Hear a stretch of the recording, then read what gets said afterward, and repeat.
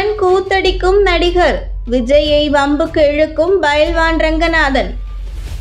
Cinema பிரபலங்கள் குறித்து வாய்க்கு வந்தபடி பேசிக் கொண்டிருக்கும் பயில்வான் ரங்கநாதன் நடிகர் விஜய் குறித்தும் கோட் படம் குறித்தும் பேசியிருக்கிறார். இதனால் டென்ஷனான விஜய் ரசிகர்கள் இதை கூட கிசு மாதிரி தான் சொல்லுவீங்களா என கேள்வி கேட்டு வருகின்றனர். நடிகர் விஜய் கடந்த பிப்ரவரி மாதம் தமிழக வெற்றி கழகம் என்ற பெயரில் கட்சியை தொடங்கினார்.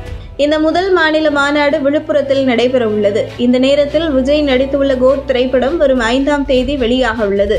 இதில் விஜய் 2 வேடத்தில் நடித்துள்ளார். மேலும் ஸ்னேகா, லைலா, பிரசாந்த், பிரபுதேவா, மோகன், பிரேம்ஜி, வைபவ் என பலர் நடித்துள்ளனர்.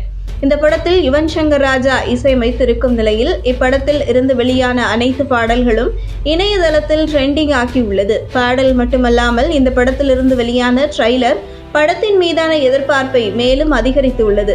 இந்த ட்ரெய்லர் வெளியாகி பல நாட்கள் ஆகியுள்ள நிலையில் பயில்வான் ரங்கநாதன் ட்ரெய்லர் குறித்து பேசியிருக்கிறார்.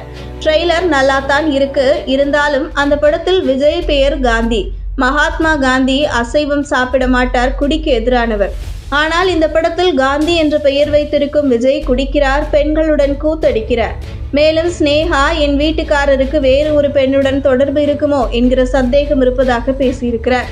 அது மட்டுமல்லாமல் நடிகர் விஜய் பெண்களுடன் கூத்தடிக்கும் காட்சி உள்ளது. இது இளவட்டங்களை கொண்டாட வைத்திருக்கு என்று விஜய் ரசிகர்களை வம்புக்கு இழுக்கும் வகையில் பேசியிருந்தார்.